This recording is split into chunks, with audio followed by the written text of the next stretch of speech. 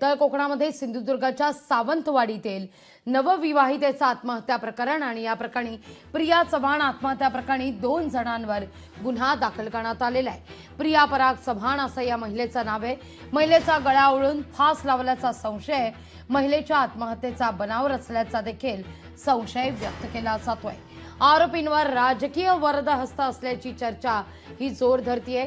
आरोपी प्रणाली मिलिंद माने हिचे राजकीय संबंध असल्यानं पोलीस हे प्रकरण दाबण्याचा प्रयत्न करतायत असा संशय पीडितेच्या नातेवाईकांनी सुद्धा व्यक्त केलेला आहे। तर सावंतवाडी शहरातील माठेवाडा इथल्या प्रिया पराग चव्हाण या 33 वर्षीय नवविवाहितेला आत्महत्येस प्रवृत्त केल्याप्रकरणी पोलिसांनी प्रणाली मिलिंद माने आणि त्यांचा मुलगा आर्य मिलिंद माने या दोघांवर गुन्हा दाखल केलाय। आत्महत्येप्रकरणी सखोल चौकशी करावी या मागणीकरता प्रिया चव्हाणचे वडील, भाऊ, बहीण या नातेवाईकांनी सावंतवाडी पोलीस ठाण्याचे निरीक्षक अमोल चव्हाण यांची देखील भेट घेतली आहे। जनता पार्टीच्या माजी नगराध्यक्षांच्या विरोधात गुन्हा नोंद झालेला आहे। खरं तर असा सेन्सिटिव्ह विषय असल्यानंतर त्यांना पोलिसांनी ताबडतोब अटक केली पाहिजे होती। आता स्वतःहून यांनी तक्रार दिल्यानंतर पोलिसांनी गुन्हा नोंद केलेला आहे। लवकरात लवकर अटक व्हावी, कारण गुन्हा नोंद झालाय मग अटक झाली पाहिजे, तर तपास या ठिकाणी होईल आणि त्यांना अटकपूर्व जामीनसाठी पोलिसांनी वेळ देता कामा आमचं म्हणणं आहे। पण पोलिसांनी लवकर नाही दिलं तर आमचं देवगडवासियांच्या वतीने आम्ही तीव्र आंदोलन करू।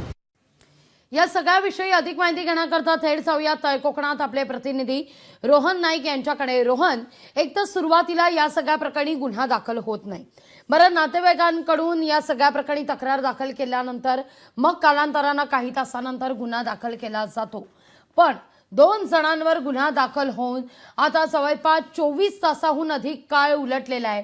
अटक का होत नाहीये? कुठं पाणी मुरतंय? नक्कीच लागवी मॅडम, रविवारी गुन्हा दाखल केला होता प्रियाच्या वडिलांनी सावंतवाडी पोलीस ठाण्यामध्ये।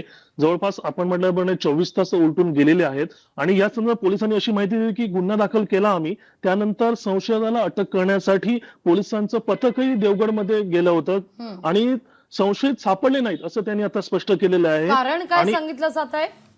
संशयित सापडले नाहीत असं स्पष्ट केलंय पोलिसांनी। सापडले नाही असं म्हटलं जात आहे। ते कोकणाची हद्द ओलांडून कुठं दुसरीकडे गेले का? बंदोबस्त नव्हता का? या सगळ्या प्रकरणी देखील अनेक सवाल रोहन उपस्थित होत आहेत। हो, नक्कीच हे प्रश्न उपस्थित होत आहेत, परंतु या संदर्भात आपण सुद्धा काल सावंतवाडी पोलिसांशी चर्चा करण्याचा प्रयत्न केला होता। त्यांनी या संदर्भात 2-3 दिवसात आपण या पूर्ण माहिती देतो असं सांगितलं होतं। एकंदरीत पोलिसांनी असं सुद्धा म्हटलंय की संशयाच्या कारणावरून यामध्ये वादावादी झाली असं म्हटलंय, कारण जी तक्रार दाखल केली प्रियाच्या वडिलांनी ती कुठल्या तरी संशयावरून संशयित प्रणाली माने आणि तिचा मुलगा आर्य या दोघांनी सावंतवाडी देऊन प्रिया हिला मानसिक त्रास दिला, तिला घाणेरडे बोलून अत्यंत टॉर्चर केले, असं मानसिक तणावामुळे तिने राहत्या घरात फ्लॅटमध्ये गळफास घेतला असं तिने म्हणजे एकंदरीत असं म्हटलं जात आहे। आणि त्यानुसार तक्रारीत सुद्धा असं नमूद केलं गेलेलं आहे पोलिसांच्या, त्यानुसार नमूद केल्यानंतर हे गुन्हे दाखल करण्यात आले आणि या संदर्भात पोलिसांनी सुद्धा अशी माहिती दिली की आम्ही पुरावे शोधण्यात व्यस्त आहोत असं स्पष्ट म्हटलंय। व्यस्त म्हणजे किती दिवस व्यस्त? अजून जवळपास 24 पुरावे तुम्ही का शोधत नाही हा प्रश्न सुद्धा एक पुढे येतोय।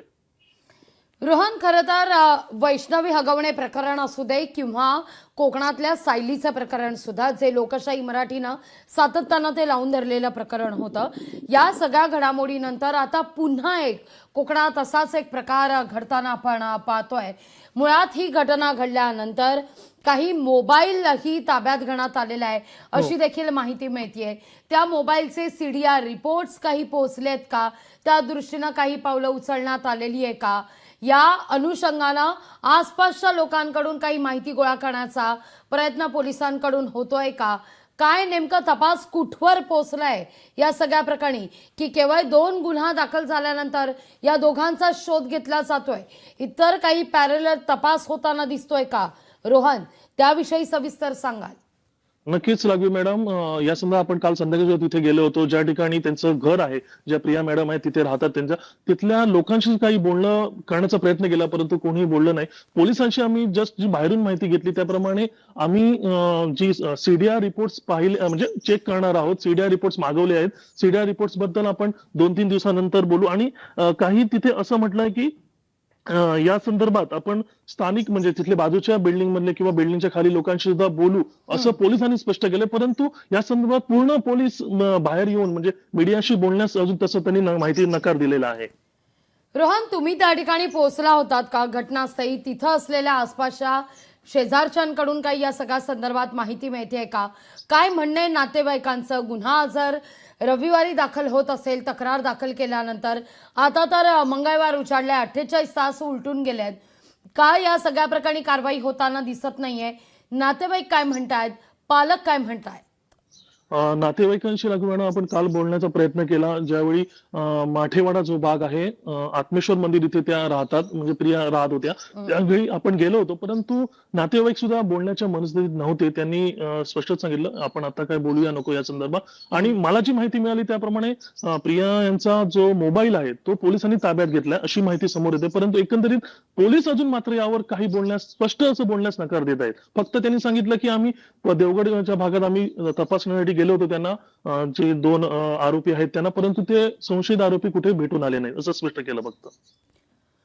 अगदी रोहन, तुर्तास धन्यवाद. तुम्ही दिलेल्या एकूणच या सविस्तर माहिती करता. तुमच्याकडून या सगळ्या संदर्भात सातत्यानं आपण अपडेट घेत राहू. खरं तर या सगळ्याविषयी मात्र गुन्हा घडल्यानंतर वारंवार चर्चा होते, पण गुन्हा घडल्यानंतर तो लवकरात लवकर मार्गी लावण्याच्या दृष्टिकोनातून सरकार काही पावलं उचलणार आहे का?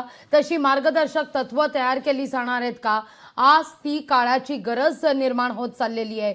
वैष्णवी हगवण्याचं प्रकरण असू दे किंवा सायलीचं प्रकरण, नुकतंच घडलेलं प्रियाचं प्रकरण, अशा घटना घडेपर्यंत आपण किती काळ वाट पाहणार आहोत, हा मुद्दा आता या निमित्तानं उपस्थित होतोय. लोकशाही मराठी ऐका, पहा, जागरूक रहा.